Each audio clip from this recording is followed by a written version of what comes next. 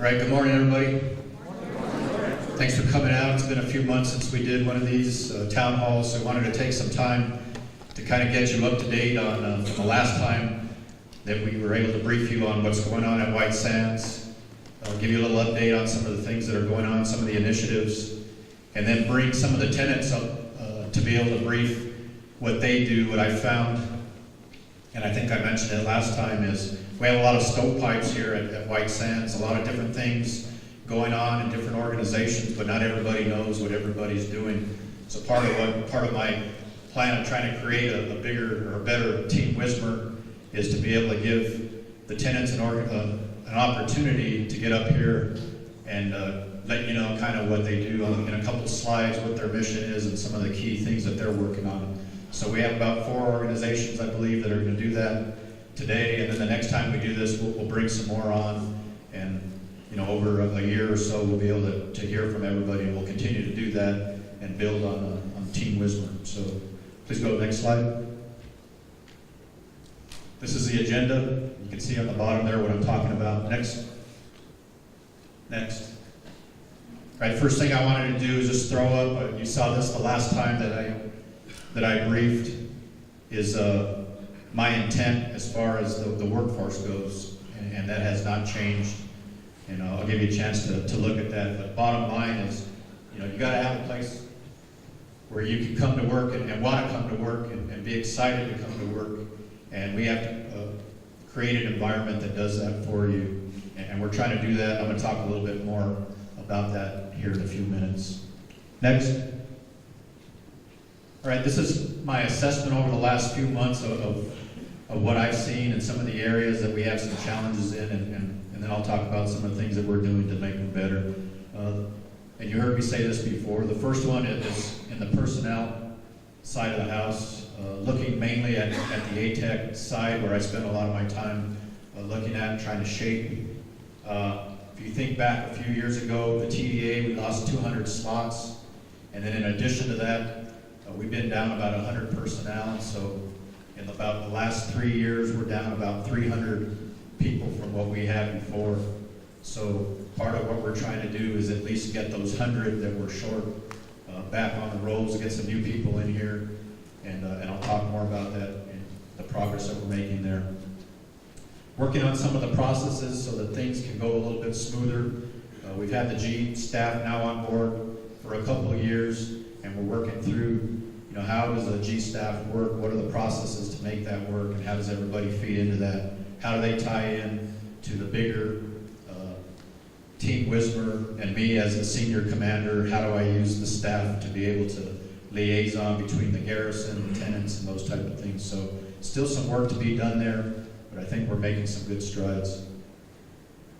Customers, the good news is the customers are still pretty happy with what we're providing them. What concerns me though is, what are we having to do? What corners are we having to cut, being down the amount of people that we have in order to keep the customers happy?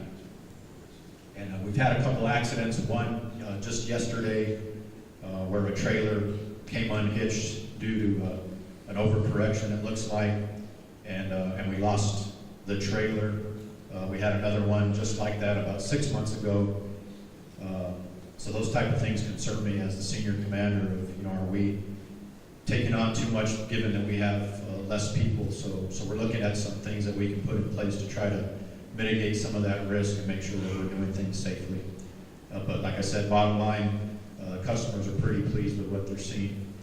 And then preparing for the future, I'll talk more again about this, but we got to make sure that we are postured as an installation to be able to take on the threats that are coming in the future, be able to test those threats.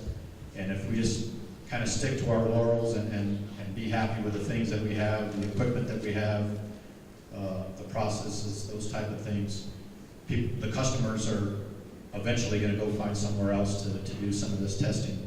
There's certain things that we have to do here at White Sands. There's other things that they prefer coming to White Sands, and we want to continue to give them state-of-the-art capabilities for testing and evaluation here so that they want to come to White Sands all the time. Next.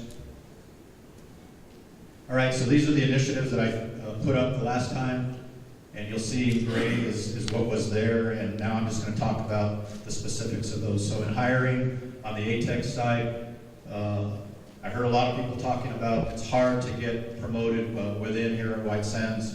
What we're seeing with this latest hiring process that we have is we've had at least 40 internal promotions that have taken place over the fiscal year. So that's good news for the employees that are trying to progress here at White Sands. And vacancies in all disciplines, and we're working hard with CPAC and our processes on how we're hiring, and we're starting to see some good success there. More work to go before we can get to the 100% that I want to get to, but we're making progress. Modernization, first good news story. It's been 19 years since we had a MILCON approval here at White Sands to be able to build something new. And just this year we had 2 that were approved, one for fiscal year 19, an information system facility. If you're familiar with building 123, very old. We had a fire there a few years ago. I think they've had flooding in that building and a number of other challenges. All of our communications goes through that hub. It's a pretty vital hub. Well, the Army has approved for us to be able to get a new building, and that'll kick off in fiscal year 19. And then in fiscal year 21, we have a missile handling facility or complex. Again, another good news story for White Sands. And part of this, I got to give credit to Major General Ferrari, who used to be a commander here a few years ago. He's now in a position up in the Pentagon where he oversees all the MILCON efforts, and he's really been a great advocate for White Sands and getting some of these projects approved. So good news there. The FBR, I know Jerry Tyree's going to talk a little bit more about that. That's the fast burst reactor, our nuclear reactor out by the El Paso Gate.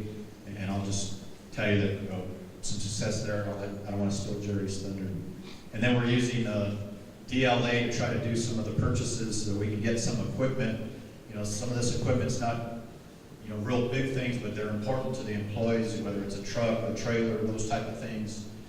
So I kind of tie all that into modernization. Some of the trucks that we have are over 30 years old, so if we can get a new one, to me that's modernizing the force in some way.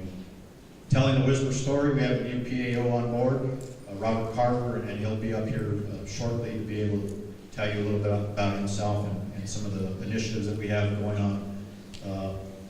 We got a web page, we got Facebook, the garrison has Facebook. We're trying to tie the two together more, and I'd like to see the tenants also doing that, and we can bring it all together. And so those are some of the things that we're trying to work. And then the garrison has, if you haven't seen it already, on the range where Colonel Brown goes out and he's meeting with different people throughout the range on the garrison side, and just kind of have a 2-minute conversation with them so they can kind of tell their story of what's going on from their perspective on the range. So it's a great initiative there. And then Team WSMR, a few things that we've implemented over the last year: honors and retirement ceremony.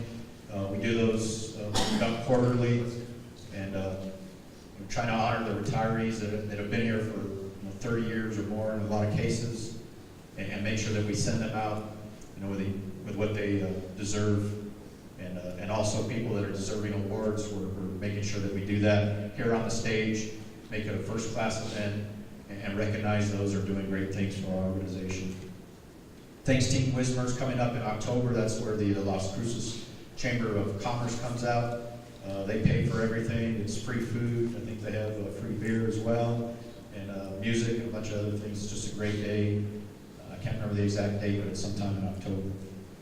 The holiday ball's coming up on the 9th of December, and that'll be here at the Frontier Club. Get your tickets. They're going fast. I talked about the tenant briefs that we're going to start doing.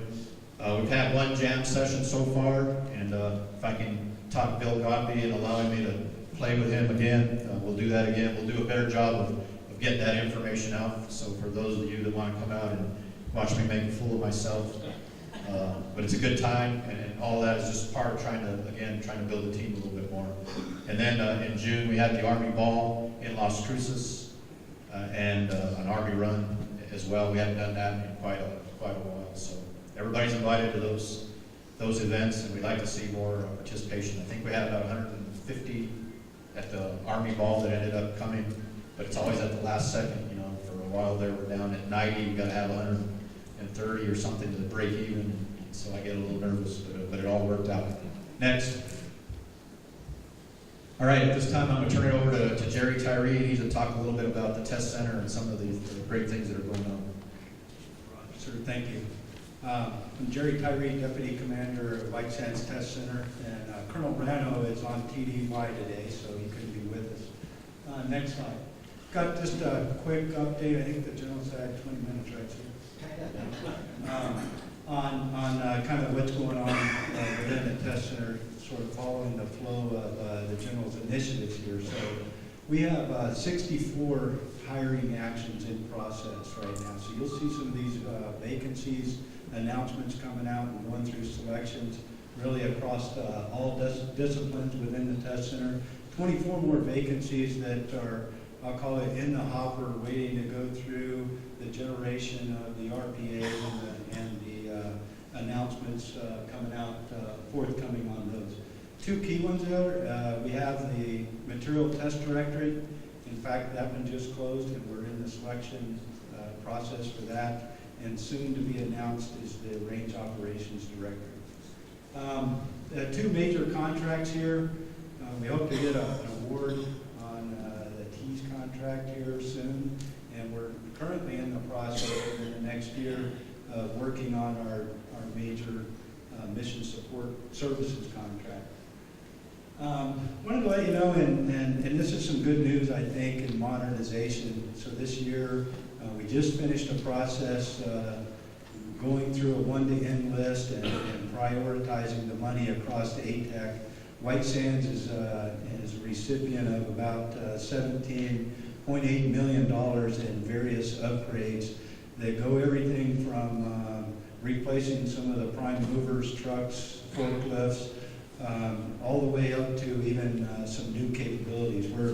We're extending our TSN with some of that money. That'll help us with op-tempo and some of the range capabilities. But we're also working a new capability that's based on an urgent needs within the Department of Defense under counter UAS. So investments across the board of those capabilities. General Sanchez mentioned a little bit about the fast burst reactor. So we're on a fast path right now to get some major components of the reactor replaced, reduce the risk to really the Department of Defense. This is, if you don't know, is the only nuclear reactor for test and evaluation in the Department of Defense. So this isn't just important to the Army, it's important to OSD, academia, and other agencies across that commodity area. So we'll see a FOC on that. It'll take about 4 years is what we're projecting for full upgrade there.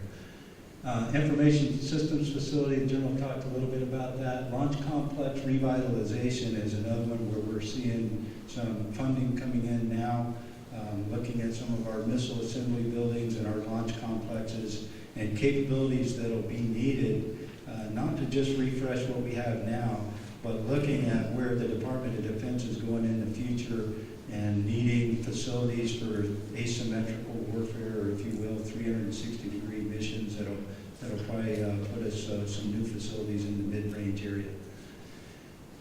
General talked a little bit about the ammunition inspection facility out at SWAB 5, if most of you know what that is, and then you would also know why that needs a refresh. Today we did a demo, or we have scheduled a demo for bringing the large blast thermal simulator back online. So we're on a good path to really revitalizing that capability for the Department of Defense and a lot of the activities and opportunities up in the north end of the range there as well. So we're working on really a comprehensive plan in modernization across all of our capabilities and posturing the range for, again, some of the needed upgrades and refresh of our facilities that we have, but but more importantly, looking at ways of doing things more effectively, more efficiently, and addressing capabilities like hypervelocity, long-range precision fires, integrated air missile defense, and capabilities that really were charted by the DoD to do here at White Sands Missile Range. So you'll see some more details of that coming out. Talked a little bit about launch complexes and test sites, but long-range corridors for things like long-range precision fires that we have coming up here in the near term, and really investing in operations out of places like Fort Wingate Launch Complex. To date, we've done scheduled and conducted 3,479 missions here on the range, and they vary from missions in the lab to search track, training events to full up, Patriot IoT. Out of those, 438 of those are what we call hot tests, where we were either had a high energy laser going, we were dropping a bomb, shooting a missile, launching ordnance, and we're projecting about 143 through the rest of the year. So good op tempo here, and in fact next year looks even better in terms of workload and opportunity at White Sands Missile Range. The integrated air missile defense, in fact, I just came talking to the chief engineer from PO Missiles and Space, and a persistent test bed here at White Sands that's important really to all of us, and will take the entire team White Sands to go execute that. But it's a critical capability for the Department of Defense. That and actually, I say that making a difference now in the Patriot Advanced capability, IoT and E. If you watch the news and what's going on in the world, you'll see and understand the missions that we're doing here at White Sands are critical to the defense of our nation, and a lot of those capabilities are part of those, I'll call them wrestling matches that are being exchanged. But that's a key thing. Talked a little bit about counter unmanned aerial systems, high energy laser, and mobile SORAD that we're getting ready to do, also addressing some critical gaps for the Department and the Army. So, everything that we do here is really making a difference. It's along the chain of acquisition and development of capabilities, and I would just say it takes the entire team from garrison and power and facilities here to engineers and horses and really everyone, and I just say we can all be proud of that. Next slide.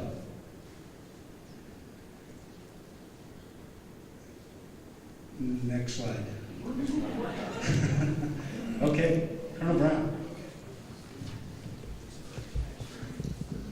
Okay, I'm going to move around a little bit, if that's okay.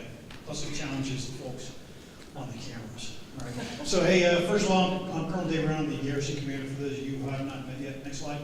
So let's talk about transitions.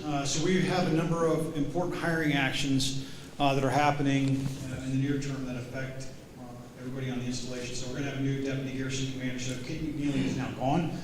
She's at the Naval War College, and Tim Anderson is coming in from AFRICOM.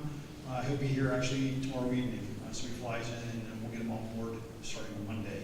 So that'll be a new face. We've got a new FMWR director also coming out of Germany, Ms. Laura Wade. She'll be here in the middle of next month.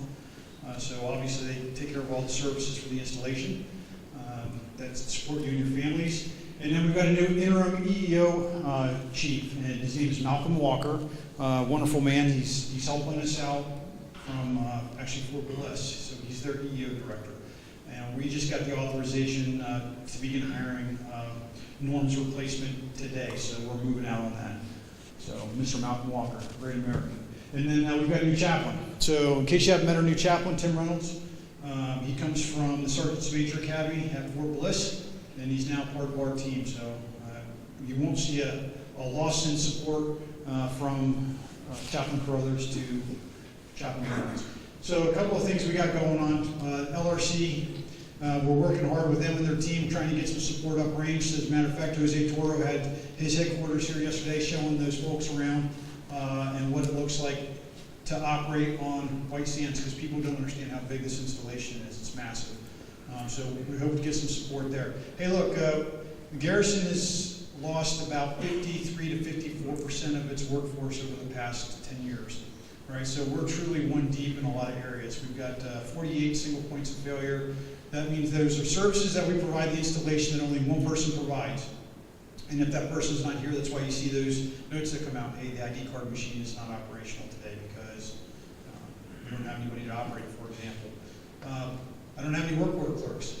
I've got nobody to take work orders. So that means I've got to take somebody from another function to cover down on that. So things are going to be a little bit slow for a while. Just know that. Of course, we're working with Mrs. Donna Harrison, and she's working. That's my number one priority. A work order clerk is my number one priority. Can you believe that? A work order clerk. But that is my number one priority right now to get hired, and she's working with her team to make that happen. So the installation planning board is coming up. So that's where General Sanchez, as a senior commander, sits down with my INCOM boss, Mrs. McCullough, and it affects everybody because the things that the IPB touches each and every one of you, regardless of whether you know it or not. And we prioritize and rack and stack how we're going to get after supporting the installation. So at the end of that meeting, the CG stops the table with Ms. McCullough.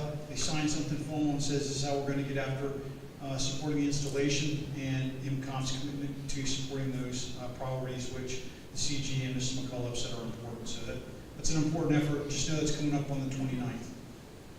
So let's talk about a couple of accomplishments. I'm not going to read all through those, but a couple of things. Let's see. Okay, so you know our museum is awesome, right? And we just now have the new Vietnam exhibit open, so go look at it. We've got $1 million, right, Dennis? $1 million from the Center for Military History, CMH. That's going to help us outfit the interior of our museum. So we got a gift of about $800,000 from the Historical Society, and we're going to build a new addition and more energy efficient addition to the museum. And the CMH, that money that they gave us is going to go to doing the inside of it, right? So it's going to be wonderful when it's all finished. Hopefully we do groundbreaking later this year. So you can see lots of efforts going on around the installation, Belgium and like, so DPW's been getting after it, trying to fix all the damage that has happened because of all the storms. The Corps of Engineers was here this past week looking at all of the things that got tore up on the installation, and we hope to have all those contracts let before the end of this FY. So everything is on track. Let's see. All right, so the CG talked about, we do have a Facebook page. It is exceptional, so if you're not a member and you don't like me, you should. I'm a pretty nice guy. We put out lots of information that affects each and every one of you and your families. And the boss talked about the on the range bit, so that's my effort to highlight excellence on the range. So usually it's on the range with an organization or an individual, and it's about 2 minutes long. And sometimes we roll out new programs. Like the first on the range I did was with the Autocraft Center and with Phil. And if you know Phil, he actually agreed to be filmed, so it actually surprised me. And we rolled out the fact that we're doing new Saturday hours for the Autocraft Center. All right, so that's this Saturday, okay? That's this Saturday. So we're the third week of the month, we do Fridays and Saturdays. And again, this operates like a business, so if it's not being utilized, guess what? It's going to go away, so please utilize it. I'll be there. I'm not sure what I'm going to do, but I'll probably turn my truck up or something. All right, so you're going to see some Army branding happening. So we're going to put new Department of the Army compliant signage on Highway 70. So you're going to see that probably towards the end of this year, not FY, but end of this year. The boss looked at it yesterday. We made a selection, try to keep the requirements that we have from the Army, which kind of look like the front gate here at Las Cruces, and kind of tie in what the sign currently looks like out there, so it meets everybody's needs. Let's see. Hey, we're going to go on net migration right now, so it's a challenge. All right, so we're coming off of the DREN, the ATEC net, and coming on to the Army's net. There's problems. Okay, there's hiccups. There's issues. Right, so sometimes some of my sections are down for days. So just know that. All right, just work with us and we'll get through it. All right, so a couple of things I want to highlight which aren't on here. Talk about autocrafts. Hey, Take and Bake Pizza is available, right? Did you know that? Fridays, Frontier Club, 15:30.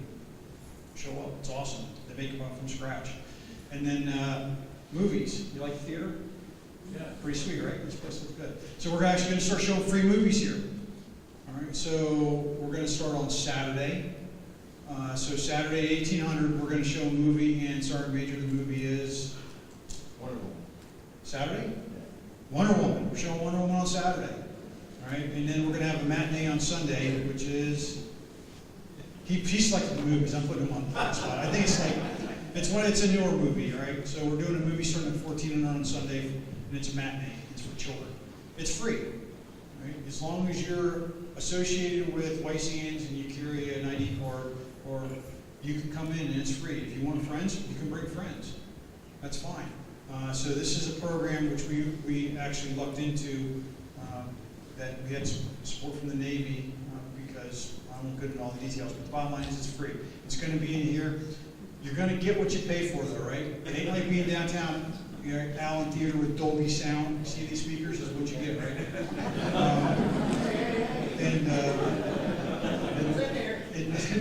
Nothing against Mark, but it's not Dolby Sound, right? And it's going to be the full screen. So anyways, it's going to be wonderful. So I encourage you to come out. It's free. We're soliciting for volunteers. If you look at our public-facing webpage, there's a calendar there that lays out all the activities and the functions that the garrison does for you on a daily basis. We're going to put the movie schedule out on that. So please look forward to having you here. Or I look forward to having you here, and we'll have a good time. If it demands more use, we'll expand it. If it demands less use, we'll contract it, right? Because it's free. I'm not paying for the service, right? So hopefully that fills in some gaps and tells you what your garrison is doing for you. And if we're not doing something that we need to support you, I can't fix it if I don't know, okay? So if you give me some thoughtful feedback, I'll give you a thoughtful response. And that's all I have. Next slide, please.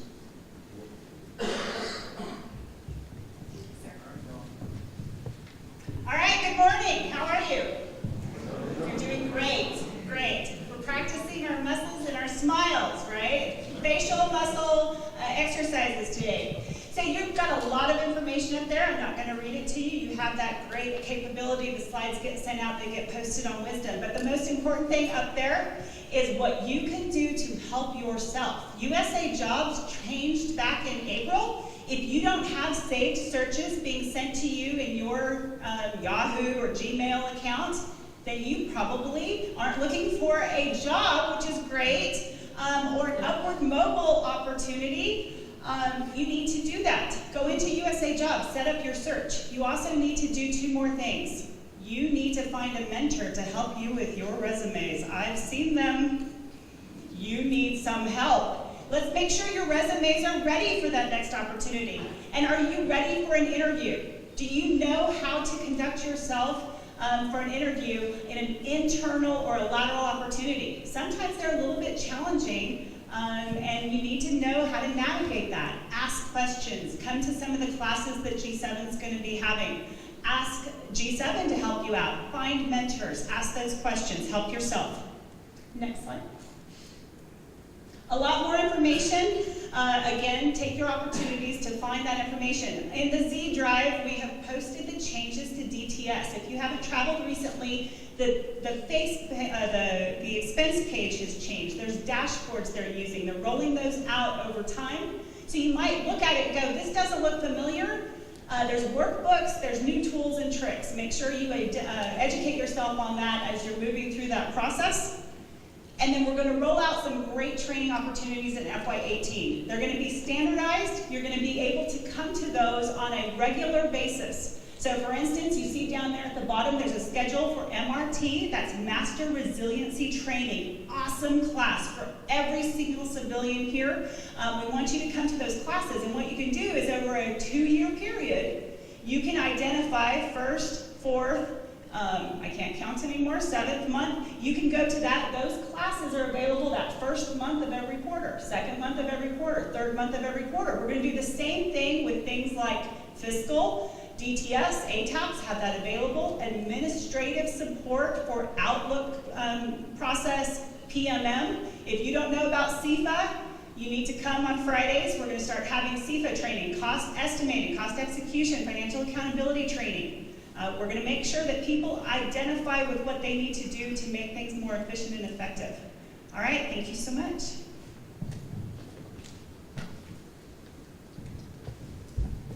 Thank you. Good morning, my name is Eric Sortamy. I'm the White Sands Missile Range Information Assurance Manager. This past June, ATEC headquarters conducted a phishing exercise here at White Sands. For those of you that may not know, phishing is an attempt to collect valuable information such as PII and credentials utilizing a fraudulent website or email that appears legitimate. The phishing exercise targeted 190 WSMR employees from across the civilian, military, and contractor sectors. WSMR did well. Our military sector had 0% click the fraudulent link in the URL, or I'm sorry, in the email, and enter credentials. 6% of our civilian workforce clicked the link and provided credentials, and 16% of our contractor workforce provided credentials and clicked the link. So we did overall very well, and we did well compared to the other test centers that were involved with this test. It's important, phishing is one of the most common vectors used by our adversaries to collect valuable information, as they don't have to break encryption, hack your system, or anything like that. They just have to get you to provide the information that they're looking for. So I think it's important to point out a few key indicators, as you can see on the slide here, of what to look for if you suspect that an email might be a phishing attempt. First of all, it is important to verify the source of the email. In this slide, you can see that the non-DoD source text has been added to the subject. That's an indicator that the email is sourced from outside the DoD. It's not necessarily fraudulent, but it's definitely something to consider. Also, the source email address is from a .army address, not a .mil. So that's actually, that is a definite indicator that's not a legitimate source email. So, and by the way, these were the actual emails that were sent out during the exercise. Next slide, please. These next few indicators are not necessarily a dead giveaway that an email is not legitimate, but you should weigh in all factors. So for example, here you'll notice that the email is not digitally signed, and also in the subject it says a non-DoD source. Also, there's no contact information at the bottom of the email for the user to contact. Next slide, please. If the user were to click the URL, they were redirected to this page, which has even more indicators that it was not legitimate. For example, again, the .army URL instead of a .mil, so that's a key indicator right there. And also, when the user attempted to log in, they were not prompted for that, the little pop-up where you're supposed to select your CAC certificate. So that was definitely an indicator there. So lastly, if you ever do receive a suspicious email, please report it to us at IMG6 Cybersecurity Office. At the number there, we have measures that we take to validate and legitimize emails or websites, and just refrain from inputting any personal information, clicking on suspicious links, and that sort of thing. Thank you. Thank you. Morning, everybody. Everyone awake? Need coffee? I left mine in the office.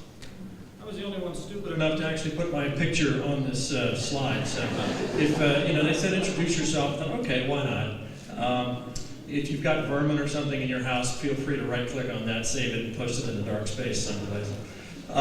So in keeping with the boss's direction to introduce myself, I'm Robert Carver. I'm originally from North Carolina, graduate of UNC Chapel Hill and the ROTC program there. Militarily, I'm an Air Force officer, still serving in the Guard, but I've worked for the Army forever.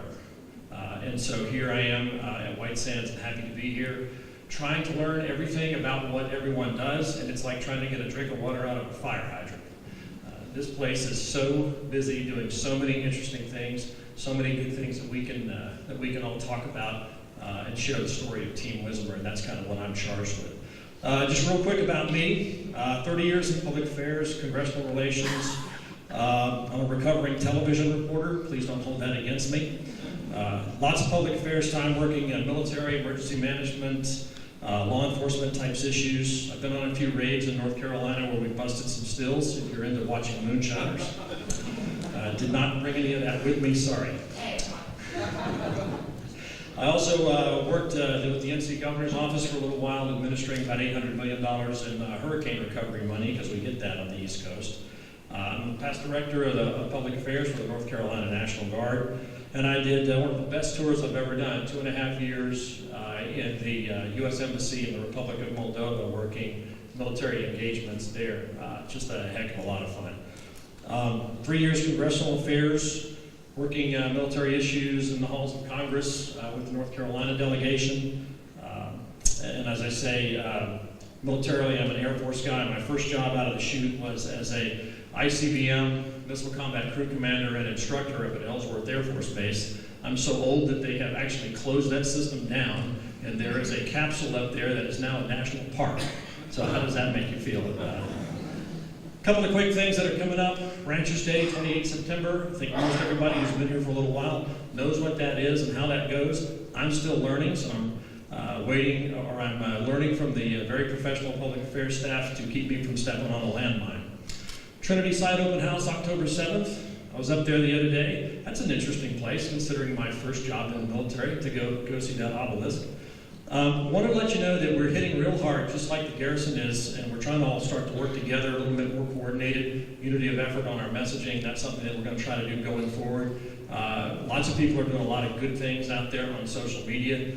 Like the garrison's page, like our page, interact, get involved in the conversation. Like the Twitter page, use the hashtag Team WSMR wherever you're going to interact with us. You got a question, you want it answered, send it to us on via those social channels. We'll see what we can do to get that answer back to you as quickly as possible. But participate in the conversation, upload content. We want to hear from everybody. I think that's about it for me. It's a pleasure to be here, and I look forward to working with all of you.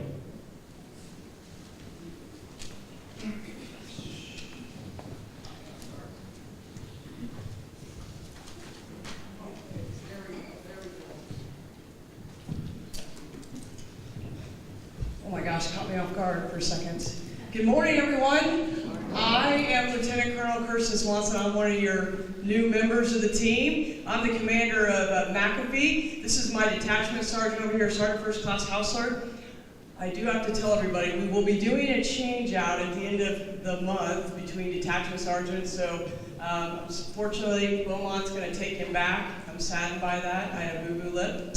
But I do have Sergeant First Class Dubrawl, who's going to be getting the guide on and making sure we're successful. So Team McAfee right here. So McAfee, we first want to tell all of you thank you. Thank you for coming to our clinic. Thank you for following all treatment plans provided by the providers, doing all the right things.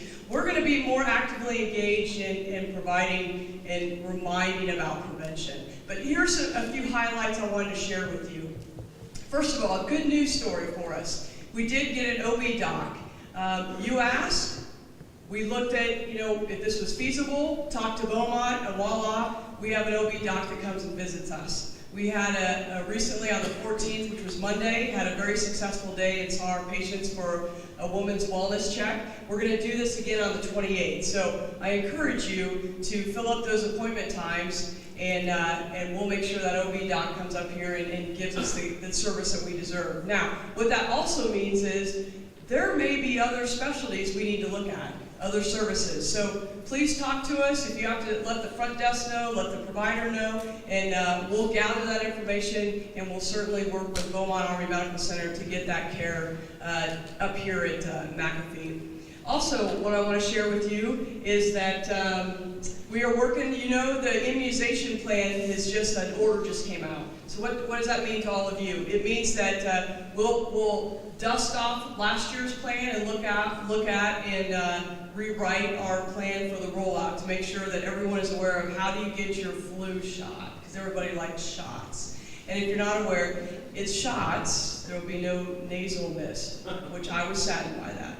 But we'll be okay because we have friendly providers, so I'll make sure you're okay when we get you your shot. But there'll be a plan coming out real soon.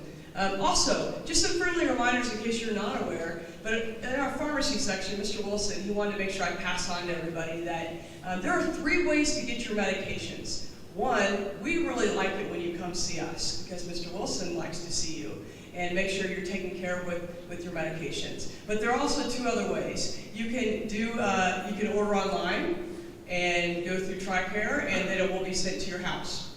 That's an option. But then you'll get that friendly engagement from us.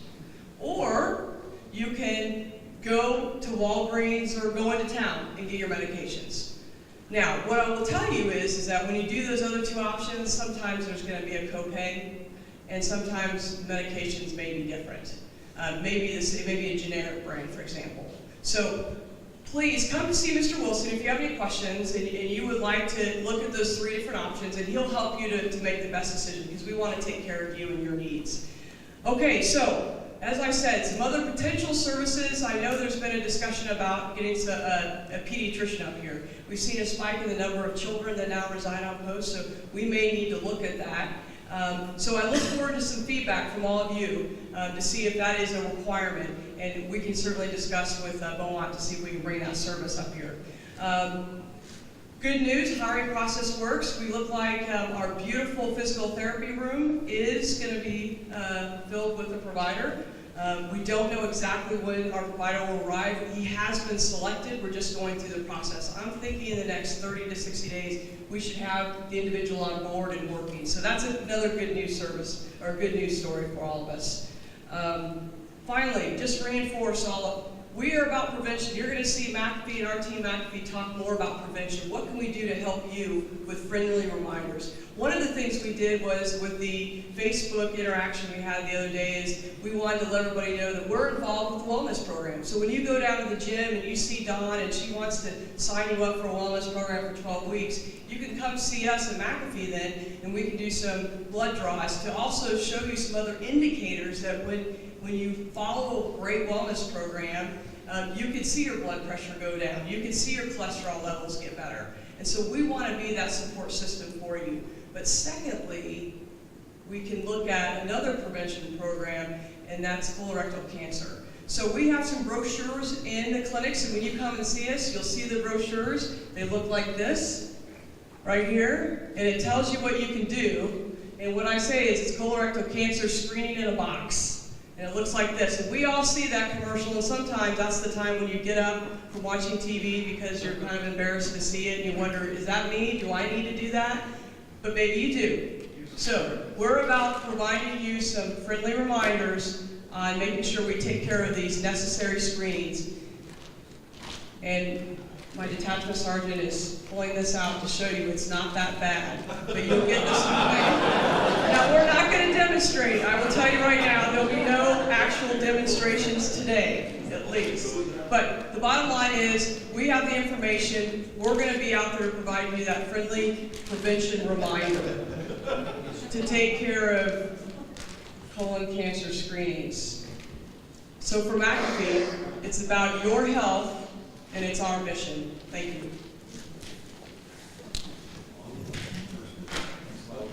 Next slide.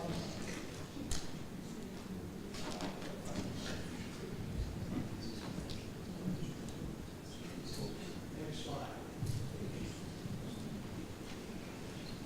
Good morning. I am Dr. Benjamin McCall. I'm the chief of the Atmosphere Modeling Branch, Battlefield Environment Division, ARL. I'm visiting here and substituting for Dr. Chris Hocutt. Normally my permanent duty station is out of Maryland. In the Battlefield Environment Division, our mission is to conduct basic and applied research on atmospheric impacts on Army capabilities and operations. So basic and applied research there. We seek to augment situational understanding and from the mission planning all the way down to tactical execution, both for the warfighter and for intelligence systems.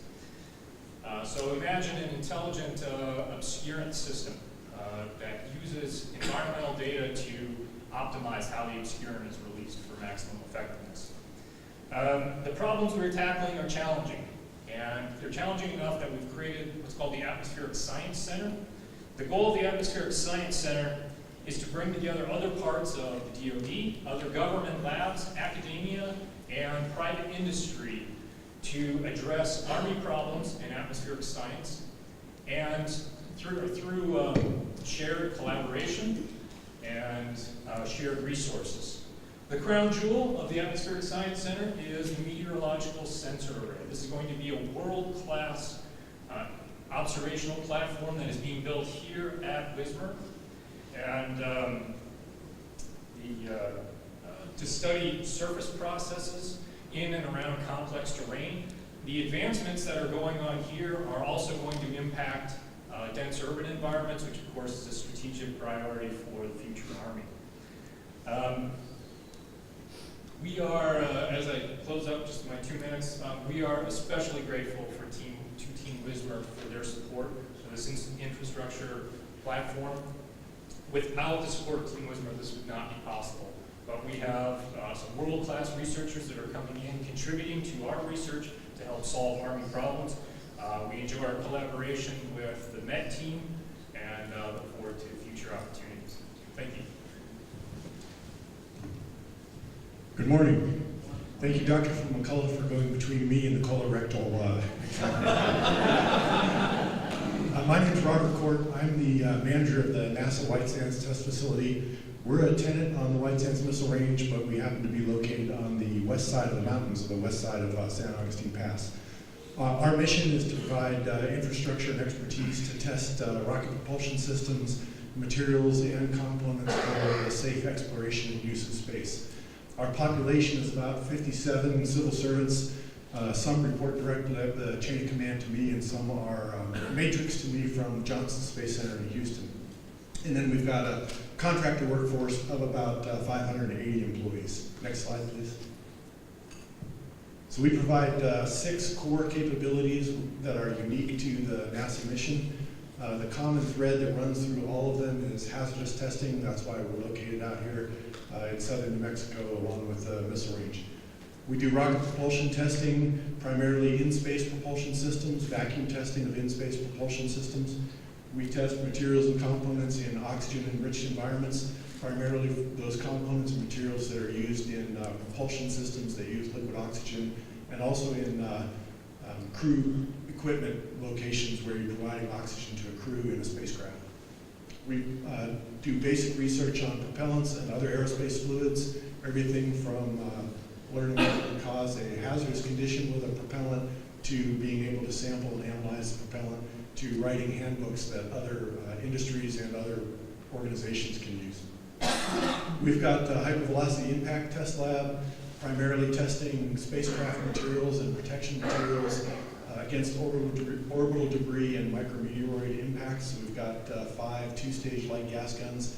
We can shoot projectiles from about 50 microns up to 1 inch in diameter at spacecraft materials.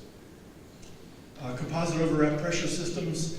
We're testing composite overwrap pressure systems. Those are enabling capabilities, enabling technologies for human spaceflight because they provide much lighter capability for gases that are used in spacecraft. And we do destructive testing, everything from destructive testing to I can imagine a day when you might have a COPV, a composite overwrap pressure vessel in your car, and you'll have a dashboard light that will come on and say, park your car and walk swiftly away because it's at end of life, something like that. And then what we call flight acceptance testing, we test all of the materials that are going to be in the crewed compartment of a spacecraft to make sure it's safe for the crew to be around.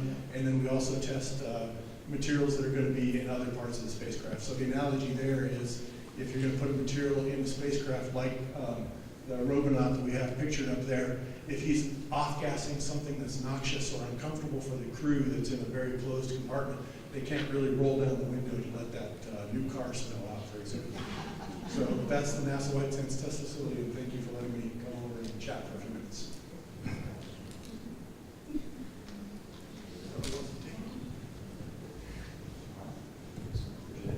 Good morning, can you hear me okay? Free movies, any questions? What do you think the #1 question I get every every single day is, being on an Army base, out here. Where's the ocean, right?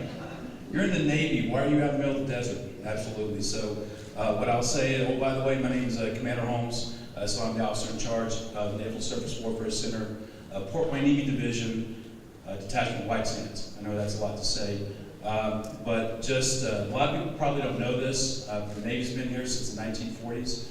A desert ship was constructed in the 1950s. And so there's been a significant amount of testing that's been occurring here in the desert for a very, very long time. A lot of people know about Desert Ship. Desert Ship is one of the focal points of our mission. When you think about the cruisers and destroyers that are out there, between 3rd Fleet, 6th Fleet, out there in the oceans, you might hear some term like Aegis Weapon System or Standard Missile, okay? Really cool buzzwords. Okay? That testing goes through here as an off-ramp before it goes out to the ocean. So there's been a significant amount of development over the years that has allowed that capability to progress into where we're at today. From anti-air warfare to ballistic missile defense and to integrated air missile defense as well, which we work in concert with the Army and our other service partners as well. Okay, so that's one of the things that we do here. And a lot of people don't really understand exactly why the Navy's here, but that's one of the reasons why. We also work with NASA. Okay, so when NASA comes over to us and they want to go put a payload into space for just a few minutes, and what's it going to do, right? We, the Navy, help provide the rocket stack, the bus, to provide that payload up there. So when you want to go take a look at what the solar flares are doing, or how are the planets coming together, interstellar, planetary, molecular things, that's what we do. We help out. So about 12 years ago, someone came up with a good idea and said, well, you know what, this is a pretty cool thing we do with the sounding rockets. What would happen is if we were to take that technology, make a derivative of it, and make it into a ballistic missile threat emulated vehicle that looks like something that one of the bad guys wants to throw our way. So then we get into what's called ARAV, and that's an acronym for Aegis Radius Assessment Vehicle. So this has been a high priority item, very much sought after item from the Navy and Missile Defense Agency. So we've been supplying those vehicles for quite a while. So if you take something that comes up and gets fired, and it's something that the Navy can shoot down, the Missile Defense Agency can shoot down. We've been doing this for quite a while. And it really was a derivative of the NASA rocket program that we've been doing for quite a while. So those are two of the basic categories that we do. But then there's another one where we have hypervelocity projectile, railgun. Okay? And then there's another thing where the undersea warfare community has come to the Navy and said, hey, we're looking to do some testing out there in the middle of the desert. So then you're thinking, well, why would they want to go do that? Can't tell you. Okay, just understand that there are a lot of people out there in the Beltway, the Good Idea Ferries, who've come out and said, you know what, White Sands Missile Range is the place where we're going to get a whole lot of stuff done. And not only this one program wants to come down here, but there are probably about 3 or 4 other people who are coming down who are lined up to see what happens. So this is one of those build it and they will come kind of things, which is good not just for the Navy, but I think it's good for the community as well. And up to this point, I think the Navy's worked very well with our partners here on the range. I know sometimes we're some bad actors, but we really mean well. Anyway, so just a couple things. I'm trying not to go over my 2 minutes, but I think I've already done that. So some near-term wins, but I want to make sure everyone understood exactly why the Navy is here. Okay? It's very important to the Navy that we're here. A lot of things that are going on that are very vital to the future of the Navy and DoD. A couple months ago, Missile Defense Agency came to us with an emergent test. Hey, can you guys do this test? Can you take a Standard Missile 3, which is a ballistic missile defense vehicle a missile that's launched out of a Navy ship? Can you drop it? Can you take it? Can you drop it? See what happens. So the reason we do that is to make sure that when we transport missiles from point A to point B on New Mexico highways, that the thing doesn't just blow up. So we did the test here. So we just did a test here, did a drop test, which I really want to show the video, but I can't show the video because it's going to make me go over my 2 minutes, but it was a very successful test. Explosive Ordnance Disposal community was very impressed at how well It all came together, and there's a lot more work that's coming down the pike. Next one, I mentioned ARAV. So the newest shiny toy in the Navy is Air Missile Defense Radar, and that's what's going to be going on to the Flight D destroyers. That's a very high visibility sensor that will be provided on those destroyers. But part of the radar development is to make sure that there's a vehicle, a set of vehicles increasing in complexity that the radar can track to verify the radar does exactly what it's supposed to do. Our most recent victory, what's called an ARAV-M launch. Those tests have been conducted out of Hawaii. This one went about 1,700 kilometers. But again, it's not, even though this isn't an ACAP program per se, it's not really a program of record, it is something that helps the major decision makers make their major program decisions. So it's been a real success for us, and it's a success for you as well. HPP. So we've got a Milcon project that's underway right now, down there by next to Desert Ship. We envision a time when railgun will be integrated with Desert Ship. We've also been doing HPP testing. We did some about 3 months ago. At the time, we had set the longest range for a ballistic HPP round. There's more to follow over the next couple of years with that. Launch Complex 50, that represents what I was talking about, the Undersea Warfare Community. That is it's chunk change now, but that is a major investment for what's going to be coming down the pike. From our perspective, we have just over 100 people. We've got about 30 military personnel, about 70 civilians, and we do all this work. Next slide. Oh, that's it, next slide. All right, we had 2 slides that got converted down to 1. All right, so the only thing I want to say now, to wrap this up, to bring it home, is the Navy appreciates the efforts, the collaboration with the Army and the Air Force and the other services that are here. There is very high visibility from the Navy perspective. We have had 2 consecutive Chief of Naval Operations come down here over the last 3 years. So there's a high need, a high desire to bring stuff down here. And we just, in fact, just last week we had some folks from OPNAV come down and we did a helo tour, and they're looking at all the little toys that they have. And so then you start seeing the Good Idea ferries, you start to see the gears start to roll. That work is going to be coming down here. So given the constraints that we have overall as DOD, there are still people who are looking for a way to make it happen here. So I'll get off my soapbox here, and I appreciate you giving me a chance to talk. Thank you. Hi, good morning. My name is Everett Johnson. I'm the Director of Operations for TRADOC Analysis Center here at White Sands, and I'm here on behalf of Dr. Lambert, our Center Director. Just wanted to kind of go over our mission, which is to support Army and OSD senior decisions makers through operations analysis. Mostly, we do this analysis on ACAP-1 programs to support CDBs or ICDs very early in the acquisition process. Some of these systems that we're doing analysis will end up here for testing. An example would be CDAM, Cannon Delivered Area Effects Munition.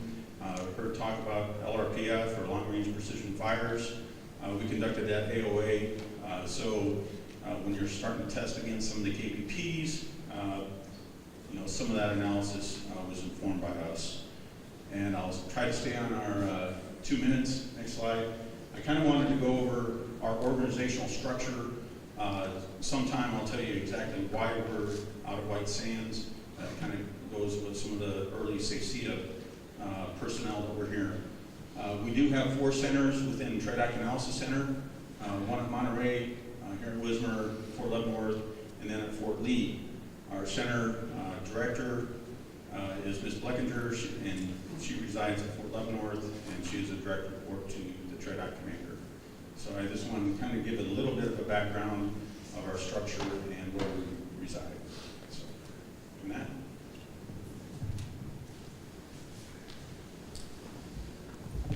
All right, so from that, you should see that White Sands is definitely relevant when you look at the DoD bigger picture and what's going on throughout the world. We got a lot that's going on here at White Sands that supports the warfighter and the future of warfighting as well. So with that said, now I want to just open it up for anybody that has any questions. I'll I'll take the easy ones and pass the hard ones like last time off to the sergeant major. So who's up first?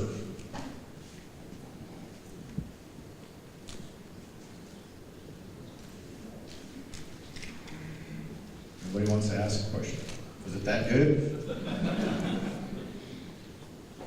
How about any recommendations on, when we do this in the future, is this about right? Are we getting you the information that you think is relevant, or is there anything else that you would like us to provide you in this forum? On the faculty wellness, is that open to civilians? It is. It's Hold on a open. second. Okay, so the question was what the wellness program that you see down at the gym. And it's open to civilians. It's our TRICARE beneficiaries. So if you're followed at our clinic, you're in the TRICARE. So if you're a contracted employee, we'll have to work out something else. But a TRICARE beneficiary seen in our clinic, yes. But if you're just a regular civilian, then you're not part of TRICARE. Correct. And we'll have to see what else we can do, because my goal is always how do we get to yes. So if that's what you would like to look at, I'll look at my team and see what options we have to still be able to expand that scope of help. Okay? All right, thanks. Next question.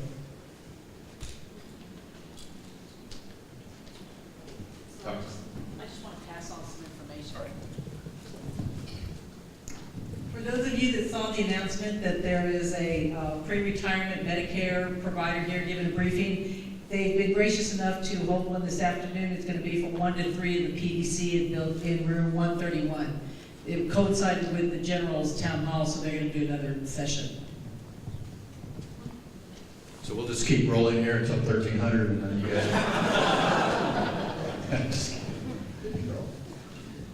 All right, anybody else? Information you want to pass? Questions you ask? All right, real quick on the free movies, just so you guys, I know you guys are trying to figure out how the heck do we get free movies and why is the Navy so happy about this? Every ship has the ability to have this capability and show movies, and it must be done for free when they're out at sea. The desert ship is a designated ship in the Navy's perspective, and so what was the name of the lady? Peg. I haven't met her yet, but anyway, she came up with this idea and brought it to the garrison and said, hey, you guys have a ship that has been designated, and you should be able to get this capability to White Sands. So it's taken several months working through a lot of different things to get the equipment here. And then once they got it here, trying to get it to work in this older system that we have here. And we brought people from the G6, from the garrison, from all over the place. They came together, and this weekend we're actually going to have a victory party on Saturday with Wonder Woman. So great news story, thinking outside the box. We did try to go the other way of looking through AFES and bringing movies back, and it just wasn't going to happen. And so we're still able to do that, and now it's even better because it's going to be free. All you got to do is clean up your mess after you're done, and it's all good. So. Sir, what time is the movie on Saturday? 1800. Wonder Woman 1800 for free. All right.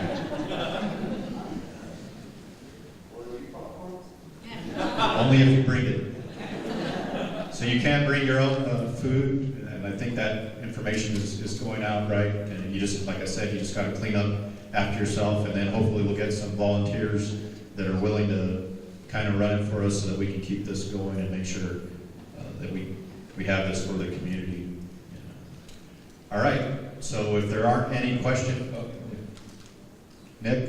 Hey, sir, Carl Brown, question for you, reference this. If a private volunteer organization wanted to sell something like, at the movies, could they do that? Can we look into that?